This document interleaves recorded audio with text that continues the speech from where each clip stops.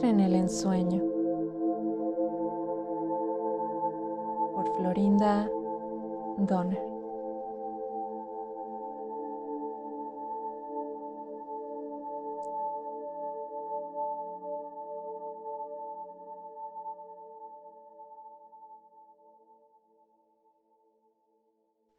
Capítulo 19. Me incorporé cuando un fuerte ruido me despertó, y escudriñando las sombras constaté que las persianas de madera se encontraban bajas. Me envolvió un viento frío, el mismo que perseguía hojas en el patio, y una tímida luz penetró en la habitación, adhiriéndose a las paredes desnudas cual si fuese niebla. ¡Nahual!, grité, pues como si lo hubiese conjurado, allí estaba Isidoro Baltasar, de pie junto a mi hamaca. Parecía un ser real, pese a ese algo indefinido que hacía que se le viese como a una imagen sumergida. Aclaré la garganta para hablar, y solo logré emitir un débil croar. Después se disolvieron, la imagen y enseguida la niebla. Demasiado tensa como para dormir, permanecí sentada envuelta en una cobija, pensando si había sido acertada mi decisión de buscar aquí a Isidoro Baltasar. No sabía de otro lugar. Había esperado pacientemente durante 3 meses, luego de lo cual mi ansiedad se hizo tan aguda que me vi obligada a actuar. Una mañana, 7 días atrás, había viajado sin detenerme hasta la casa de las hechiceras, y en ese momento no abrigaba dudas acerca de si mi decisión fue o no la correcta, ni siquiera después de verme obligada a escalar el muro del fondo de la casa e introducirme por una ventana entreabierta. Pero al cabo de 7 días, mi certidumbre, había comenzado a flaquear. Salté de la hamaca al piso embaldosado, golpeando fuertemente con mis talones descalzos. Sacudirme de ese modo siempre me ayudó a alejar las dudas, pero esta vez no surtió efecto, de modo que me recosté de nuevo. Si algo había aprendido en esos 3 años de convivencia con los hechiceros, era que sus decisiones son finales. Y mi decisión había sido la de vivir y morir en su credo. Había llegado el momento de ponerlo a prueba. Una risa nada común interrumpió mis pensamientos. Retumbó a través de la casa y súbitamente se extinguió. Aguardé tensa, pero solo me llegaba el ruido de las hojas en el pasillo movidas por el viento. Ese sonido no solo me adormeció, sino que me introdujo en el ensueño que llevaba 7 noches ensoñando. Estoy en el desierto de Sonora, mediodía. El sol, un disco tan brillante como para tornarse casi invisible, se ha detenido en la mitad del cielo. No se escucha un solo sonido ni existe movimiento en torno. Los altos saguaros de brazos espinosos elevados hacia ese sol inmóvil son los centinelas que guardan el silencio y la quietud. El viento, cual si me hubiese seguido a través del ensueño, comienza a soplar con fuerza tremenda. Silba entre las ramas de los árboles de mezquite y los sacude con furia sistemática. Remolinos de polvo rojo surgen en torno de nosotros. Una bandada de cuervos asemeja puntos en el cielo. Luego caen a tierra un poco más allá como trozos de un velo negro. Tan abruptamente como surgió el viento, se calma. Me dirijo hacia las montañas distantes, y pareciera que he caminado horas antes de discernir una enorme sombra negra en el suelo. Levanto la mirada. Un gigantesco pájaro negro cuelga en el aire con las alas desplegadas, inmóvil, como si estuviese clavado en el cielo. Y solo cuando reparo en su sombra oscura sobre el suelo, descubro que el pájaro se mueve. Lenta, imperceptiblemente, su sombra se desliza ante mí. Impelida por una fuerza inexplicable, intento alcanzar la sombra, pero independientemente de la velocidad con que corro, la sombra se aleja más y más. Mareada a causa de mi agotamiento, tropiezo con mis propios pies y caigo al suelo. Mientras procuro quitar el polvo de mis ropas, descubro al pájaro parado sobre un peñasco cercano, su cabeza ligeramente desviada hacia mí en aparente actitud invitante. Me aproximo con cautela. Es enorme y oscuro, y sus plumas brillan como cobre pulido. Sus ojos color ámbar son duros e implacables, terminantes como la muerte misma. Retrocedo cuando el pájaro abre grandes sus alas y despega. Remonta el vuelo hasta convertirse en un punto en el cielo, pese a lo cual su sombra sobre la tierra es una línea negra y recta que se extiende hasta el infinito, uniendo el cielo y la tierra. Confiada en que si convoco al viento podré alcanzar al pájaro, invoco una encantación, pero carece de fuerza y de poder.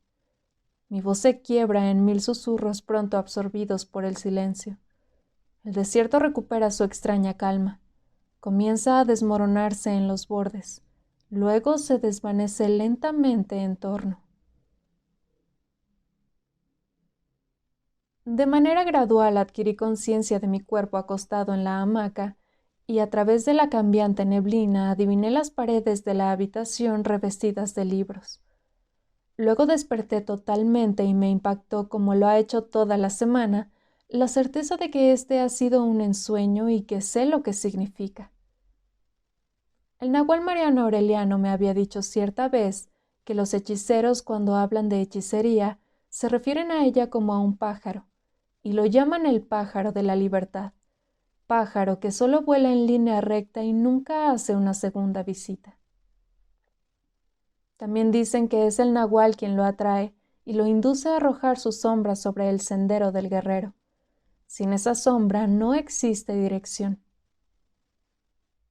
El significado de mi ensueño era que yo había perdido al pájaro de la libertad, había perdido al nahual, y con él toda esperanza y sensación de propósito. Y lo que más apenaba mi corazón era que el pájaro de la libertad se había alejado tan velozmente que ni tiempo tuve para expresar mi agradecimiento a todos y mi infinita admiración. En todo momento yo había asegurado a los hechiceros que nunca los había tomado a ellos ni a su mundo por dados, pero sí lo había hecho, especialmente a Isidoro Baltasar. Él sin duda permanecería conmigo para siempre, pensé, y de pronto se habían ido todos, como estrellas fugaces o soplos de viento, llevándose a Isidoro Baltasar. Durante semanas permanecí sentada en mi habitación haciéndome la misma pregunta. ¿Cómo era posible que desapareciesen de ese modo? Una pregunta superflua y carente de sentido, dado lo que yo había visto y experimentado en ese mundo, que lo único que revelaba era mi verdadera naturaleza, sumisa e insegura. Los hechiceros me habían dicho durante años que su meta final era arder, desaparecer tragados por la fuerza de la conciencia. El viejo nahual y su grupo estaban preparados, pero yo no sabía. Se habían estado preparando casi todas sus vidas para la audacia final, en soñar despiertos. La audacia de burlar la muerte, tal como nosotros la conocemos, para internarse en lo desconocido, aumentando sin quebrar la unidad de su energía total. Mi pesar se hizo más intenso cuando recordé que mi naturaleza incrédula reaparecería en el momento menos pensado. No era cuestión de no creer en su estupenda meta, en sus propósitos extraterrenales pero a la vez prácticos. Más bien prefería interpretarlos y de alguna manera integrarlos al mundo del sentido común, no siempre, claro está, del todo, pero coexistiendo con lo que para mí resultaba normal y familiar. Los hechiceros intentaron prepararme para presenciar su viaje definitivo. Que un buen día desaparecerían era algo casi aceptado por mí. Sin embargo, nada podría haberme preparado para la angustia y la desesperanza resultantes. Caí en un pozo de tristeza del cual sabía muy bien nunca saldría, pero ese era un problema que debía ser resuelto por cuenta propia. Temiendo aumentar mi desespero si permanecía tendida en la hamaca, me levanté para preparar el desayuno, o mejor dicho, a calentar las sobras de la noche anterior. Arroz, tortillas y frijoles, mi comida tipo de los últimos 7 días, excepción hecha del almuerzo al cual agregaba una lata de sardinas noruegas compradas en el almacén de un pueblo vecino. Lavé la vajilla y repasé el piso, luego de lo cual, armada de la escoba, recorrí todos los cuartos en busca de nuevas suciedades, o alguna telaraña olvidada en un rincón. Desde mi arribo parecía no haber hecho otra cosa que fregar pisos, lavar paredes y ventanas, y barrer patios y corredores. Las tareas de limpieza siempre me habían brindado paz y alejado de mis problemas, pero esta vez no resultó así. Pese al interés con que encaraba estos trabajos, no lograba calmar con ello mi angustia ni llenar el doloroso y agobiante vacío. Un ruido de hojas barridas por el viento interrumpió mi actividad, obligándome a salir a investigar. Un vendaval cuya fuerza me sobresaltó soplaba entre los árboles, y estaba yo a punto de cerrar las ventanas de la casa cuando abruptamente cesó. Una profunda melancolía descendió sobre todo, patio, árboles, flores y huerto, y hasta la bugambilia morada se asoció al desasosiego general. Calmado el viento, caminé hasta la fuente colonial en medio del patio. Me arrodillé sobre el ancho borde de piedra y casi sin pensarlo me dediqué a quitar las hojas y flores caídas al agua. Después me acerqué para buscar mi imagen en la tranquila superficie y descubrí el bello y anguloso rostro de Florinda junto al mío. Hipnotizada por sus grandes ojos oscuros que contrastaban con la blanca cabellera, contemplé su reflejo en el agua, y en ambos nuestros rostros nació una sonrisa. «No te oí llegar», dije en voz baja, temerosa de que desapareciese su imagen, de que todo no fuese más que un sueño. Posó su mano sobre mi hombro y luego se sentó junto a mí sobre el borde de piedra. «Estaré contigo apenas un momento», advirtió, «pero más tarde regresaré». No pude atajarme y di rienda suelta a toda la angustia y desesperación acumulada. Florinda me miró y su rostro reflejaba profunda tristeza. Lágrimas asomaron a sus ojos para desaparecer con la misma celeridad con que surgieron. «¿Dónde está Isidoro Baltasar?», pregunté. Sin mirarle el rostro descargué mis lágrimas, no provocadas por sentir lástima de mí misma, ni siquiera por la tristeza, sino por una sensación de fracaso, culpa y pérdida que me ahogaba.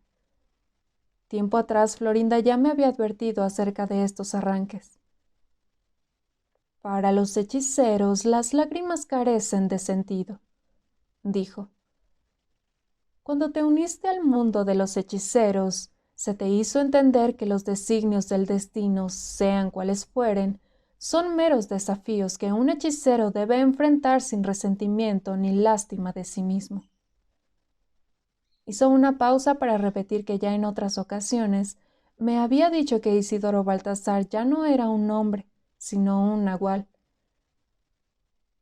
Tal vez haya acompañado al viejo nahual, en cuyo caso nunca regresará, pero también puede que no lo haya hecho. «Pero, ¿por qué?», no llegué a completar la pregunta. «Esta vez realmente no lo sé», anunció Florinda, levantando una mano para anticiparse a mi protesta. «Se trata de un desafío que debes vencer. Y como sabes, los desafíos no son discutidos ni resentidos, sino enfrentados activamente. En esto los hechiceros pueden triunfar o fracasar, y el resultado no interesa mayormente, siempre y cuando dominen la situación». «¿Cómo esperas que la domine cuando la tristeza me mata? Isidoro Baltasar se ha ido para siempre». Y en mi queja quedó reflejado mi resentimiento y mi enojo ante lo prosaico de su actitud. «¿Por qué no escuchas mis sugerencias y te comportas impecablemente dejando de lado tus sentimientos?», dijo en son de reproche. Su genio era tan mudable como su brillante sonrisa. «¿Cómo puedo llegar a hacer eso? Sé que cuando se ausenta el nahual, el juego se ha acabado. No necesitas al nahual para ser una hechicera impecable. Tu impecabilidad debe conducirte a él, aun si ya no está en el mundo. Tu desafío es vivir impecablemente dentro de tus circunstancias, y no cambiará absolutamente nada si lo ves a Isidoro Baltasar el año que viene o al fin de tu vida. Florinda me dio la espalda y guardó un largo silencio. Cuando me enfrentó de nuevo, su rostro lucía como una máscara, cual si estuviese haciendo un gran esfuerzo para controlar sus emociones. Y había tal tristeza en sus ojos que olvidé mi propia angustia. «Déjame que te cuente un cuento», dijo, y la dureza de su tono tal vez estuviese destinado a borrar el dolor reflejado en sus ojos. Yo no viajé con el nahual Mariano Aureliano y su grupo, y tampoco lo hizo Zuleika. ¿Sabes por qué? Boquiabierta, paralizada por el temor, tardé un rato antes de poder decirle que no lo sabía. Estamos aquí porque no pertenecemos a ese grupo de hechiceros. Pertenecemos, pero no pertenecemos. Nuestros sentimientos están con otro nahual, el nahual Julián, nuestro maestro. El nahual Mariano Aureliano es nuestro igual, y el nahual Isidoro Baltasar nuestro alumno. Como a ti nos han dejado atrás. A ti porque no estabas lista para viajar con ellos. A nosotras porque necesitamos de más energía para dar un gran salto y tal vez unirnos a otro grupo de guerreros, un grupo más antiguo, el del nahual Julián. Podía sentir la soledad de Florinda como una niebla fina que descendía sobre mí, y casi no me animaba a respirar por temor a que enmudeciese. Se explayó acerca de su maestro, el nahual Julián, hombre de gran fama.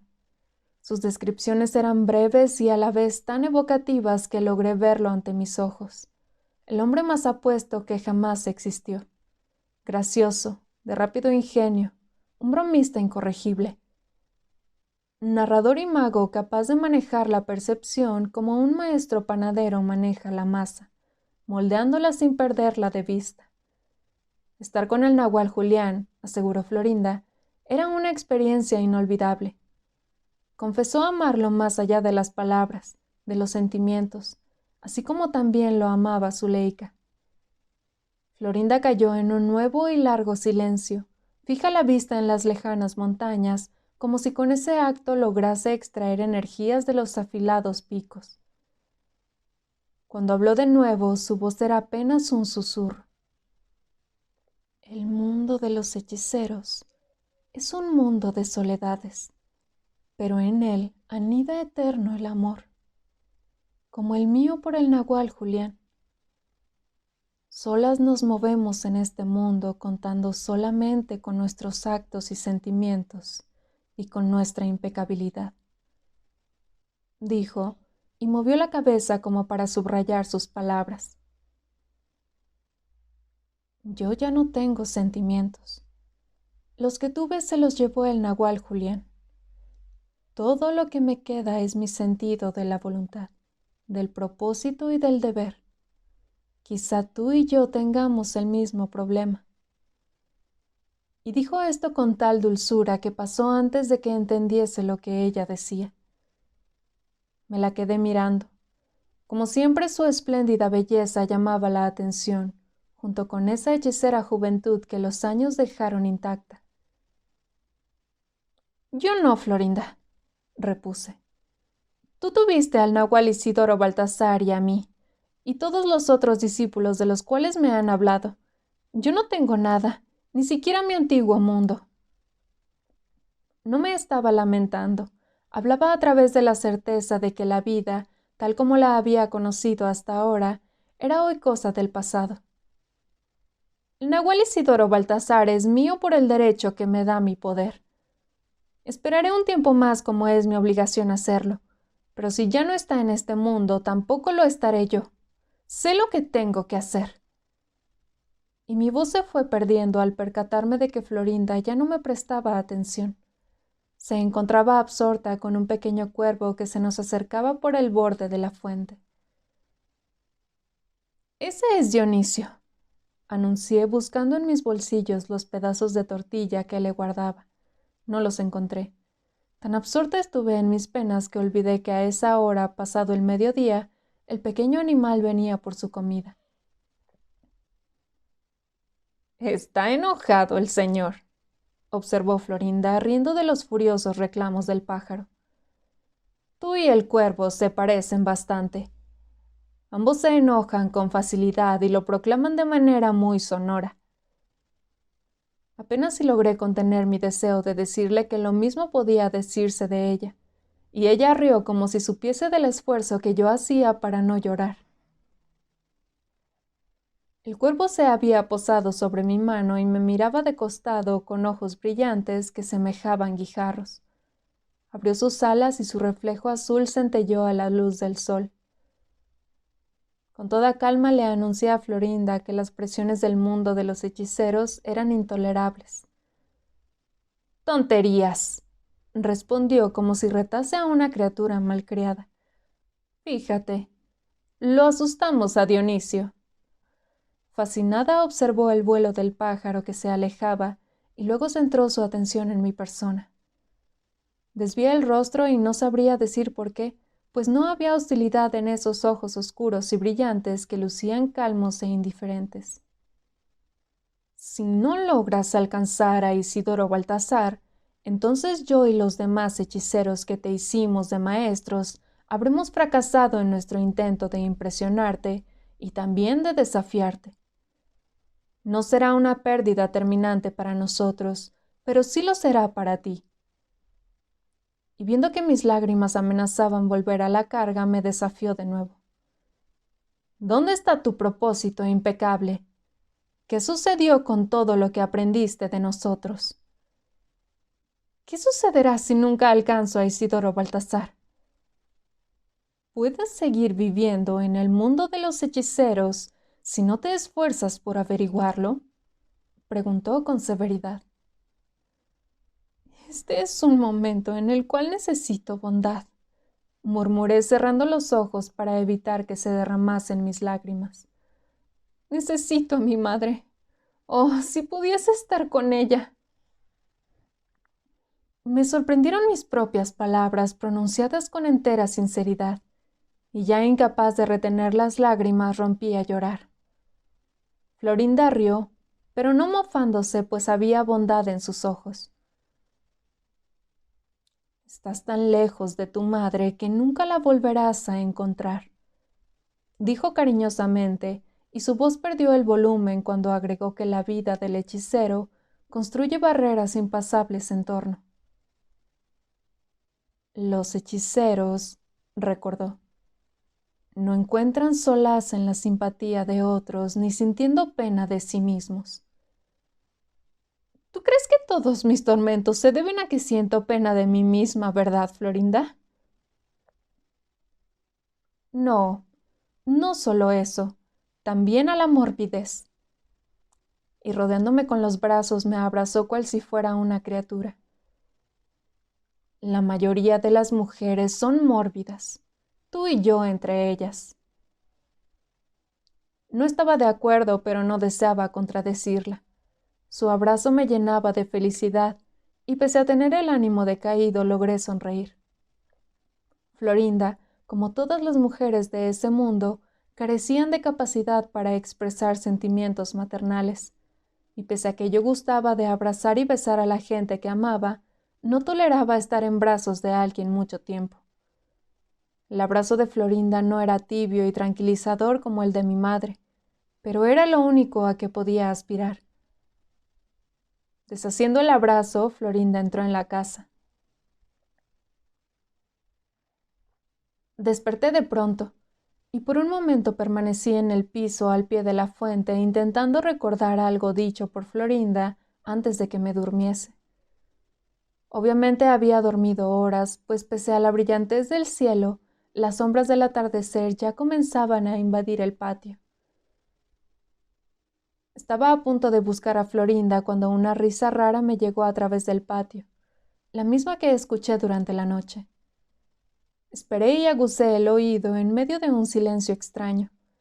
Nada se movía, nada zumbaba, ningún pájaro piaba, pese a lo cual intuía el movimiento de pasos silenciosos a mis espaldas.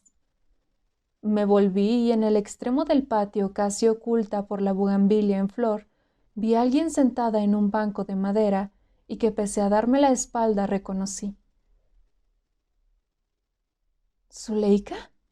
—susurré temiendo que mis pasos la ahuyentasen. —¡Qué feliz me hace verte de nuevo! —respondió haciéndome señas para que me sentase junto a ella.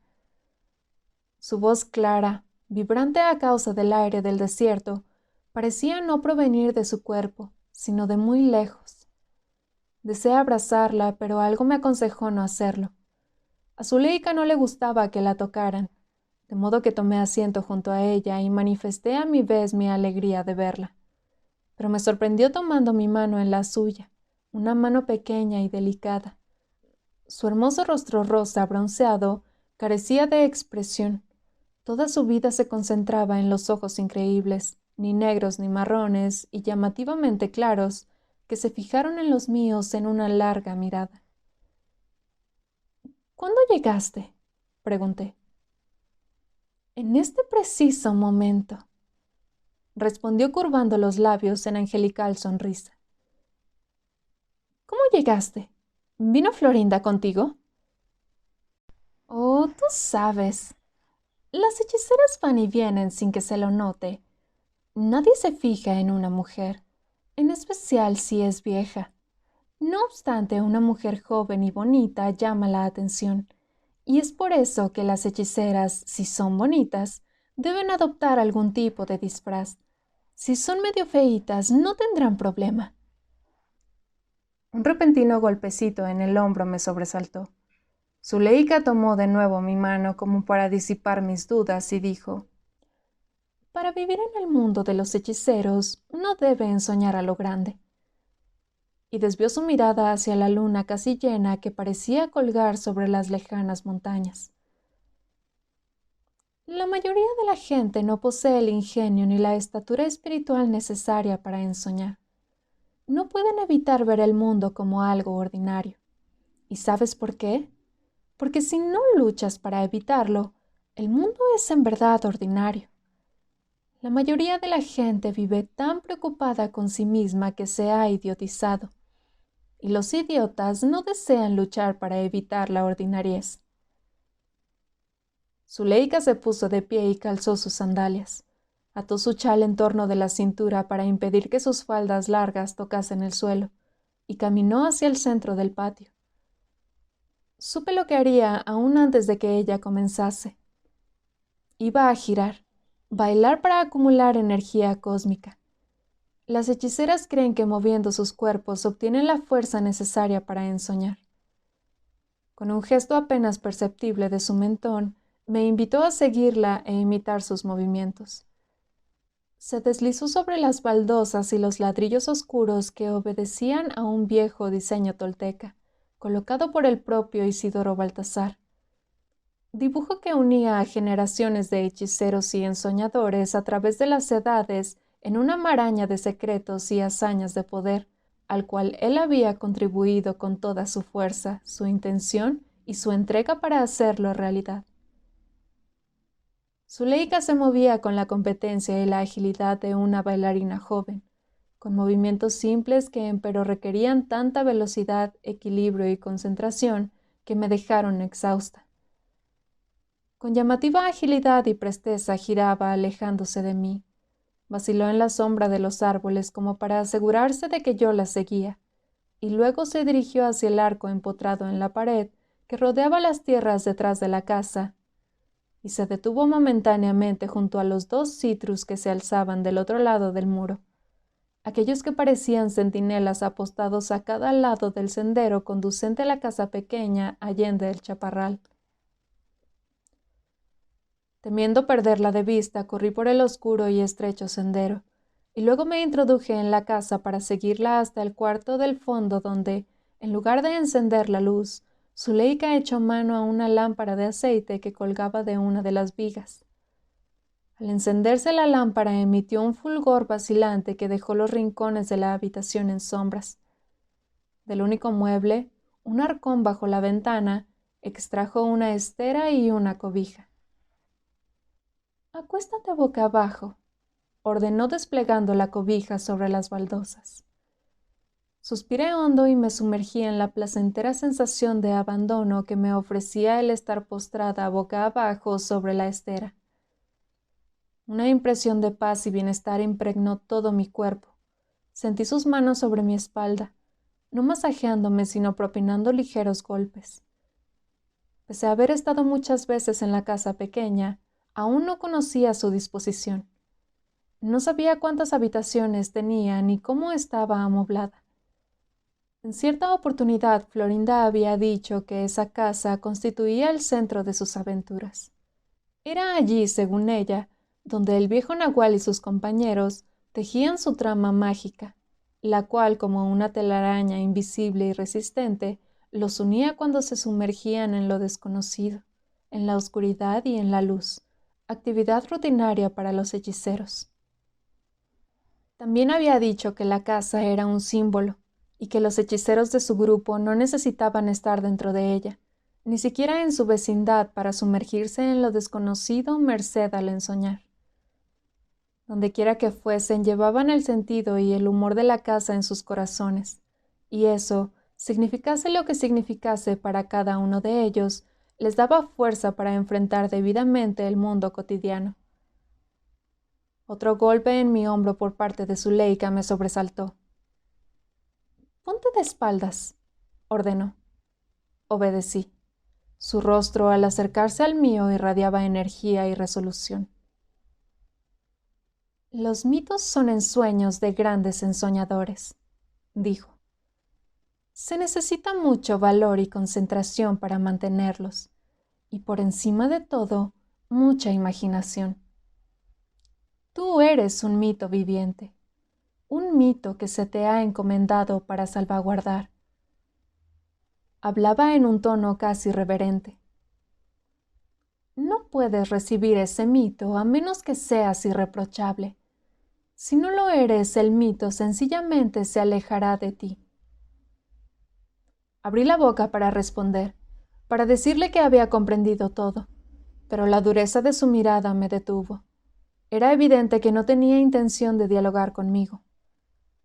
Cesó el ruido de ramas raspando la pared exterior de la casa y lo reemplazó una suerte de pulsación en el aire, sentida antes que escuchada. Estaba por caer dormida cuando Zuleika dijo que yo debía seguir las órdenes recibidas en mi ensueño repetitivo. «¿Cómo sabes que he tenido ese ensueño?», pregunté alarmada intentando incorporarme. «¿Te has olvidado que compartimos nuestros ensueños?», respondió obligándome a recostar de nuevo. «Yo soy la que trae los ensueños». «No fue más que un ensueño sin importancia, Zuleika». Y mi voz tembló, pues me asaltó un tremendo deseo de llorar. Sabía que no se trataba de un mero ensueño, pero quería que ella me mintiese. Zuleika sacudió su cabeza. No era un simple ensueño. Era un poderoso ensueño de hechiceros, una visión. ¿Qué debo hacer? ¿No te lo dijo el ensueño?, preguntó en tono desafiante. ¿No te lo dijo Florinda? Me observó sin que su expresión revelase indicio alguno. Luego sonrió, una sonrisa tímida e infantil. Debes entender que no puedes correr tras Isidoro Baltasar. Él ya no está en tu mundo. Ya no hay nada que puedas darle ni hacer por él. No puedes estar ligada al Nahual como persona, solamente como un ser mítico.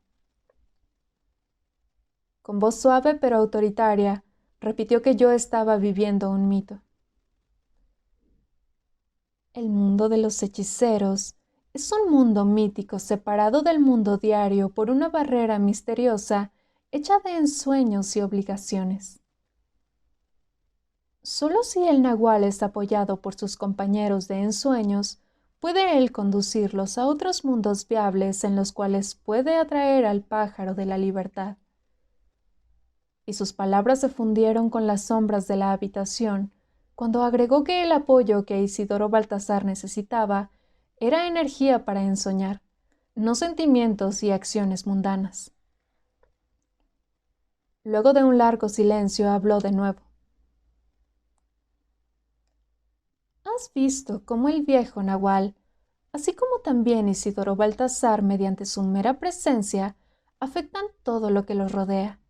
Sean estos sus compañeros hechiceros o gente común y corriente, haciéndoles patente que el mundo es un misterio donde nada, bajo ninguna circunstancia, puede darse por sentado.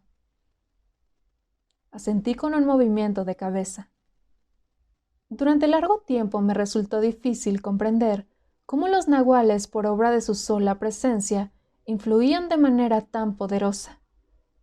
Y luego de observar cuidadosamente, cambiar opiniones con otros e interrogarme de continuo, arribé a la conclusión de que su influencia era el resultado de su renuncia a las inquietudes humanas. En nuestro mundo ordinario, también tenemos ejemplos de parecido renunciamiento por parte de hombres y mujeres a los cuales damos el nombre de santos, místicos y religiosos. Pero los nahuales no son santos, y por cierto no son religiosos. Los nahuales son hombres del mundo sin asomo de preocupación mundana. A nivel subliminal, esta contradicción tiene enorme efecto sobre quienes los rodean. La mente de quienes rodean a un nahual no puede comprender qué los está afectando, pese a lo cual sus cuerpos sienten el impacto como una extraña ansiedad, una urgencia por liberarse o un sentido de imperfección, como si algo trascendental estuviese sucediendo en alguna parte y de lo cual ellos están excluidos. Pero la capacidad intrínseca de un nahual para afectar a terceros no depende de manera exclusiva de su ausencia de preocupaciones mundanas o en la fuerza de sus personalidades, sino en la fuerza de su comportamiento sin tacha. Los nahuales son irreprochables en sus actos y sentimientos, independientemente de las emboscadas, mundanas o no, que encuentren en su senda interminable. Y tampoco es cuestión de que los nahuales sigan un determinado conjunto de leyes y reglamentos para alcanzar ese comportamiento irreprochable, pues estos no existen. Más bien usan su imaginación para adoptar o adaptarse a lo que sea necesario para hacer que sus actos sean fluidos. Los nahuales, contrariamente al común de los mortales, no buscan aprobación, respeto, alabanza o cualquier otro tipo de reconocimiento de nadie, y esto incluye a sus congéneres. Lo único que ambicionan es su propio sentido de integridad e inocencia. Esto es lo que toma adictiva la compañía de un nahual. Uno llega a depender de la libertad de un nahual como lo haría de una droga. Para un nahual, el mundo es siempre enteramente nuevo, y en su compañía uno comienza a mirar el mundo como si antes no hubiese existido. Eso es porque los nahuales han roto el espejo de la autorreflexión, informó Zuleika como si hubiese seguido el curso de mis pensamientos. Los nahuales pueden verse en un espejo de niebla que refleja solo lo desconocido. Un espejo que ya no refleja nuestra humanidad normal, expresada por la repetición, sino que revela la faz del infinito. Los hechiceros creen que cuando la faz de la autorreflexión se funde con la faz del infinito, un nahual está totalmente preparado para romper las fronteras de la realidad y desaparecer como si no estuviese constituido por materia sólida. Isidoro Baltasar lleva ya mucho tiempo preparado. «No puede dejarme atrás», grité. «Eso sería demasiado injusto». «Es tonto pensar en términos de justicia e injusticia», replicó Zuleika. «En el mundo de los hechiceros solo existe el poder. ¿Acaso no te lo enseñamos cada una de nosotras?» «Aprendí muchas cosas», admití con pesar, y luego de unos minutos murmuré entre dientes: pero en estos momentos nada de eso tiene valor. Ahora valen más que nunca, me contradijo. Si hay algo que has aprendido, es que en los peores momentos, los guerreros reviven sus fuerzas para seguir adelante. Un guerrero no sucumbe a la desesperación. Nada de lo aprendido y experimentado puede aliviar mi tristeza y desesperación. Hasta he tratado con los cánticos espirituales que aprendí de mi nodriza. Florinda se ríe de mí y cree que soy una idiota. Florinda tiene razón. Nuestro mundo mágico no tiene nada que ver con cánticos y conjuros, con rituales y comportamientos extraños. Nuestro mundo mágico es un ensueño. Es hecho realidad mediante el deseo concentrado de quienes participan en él.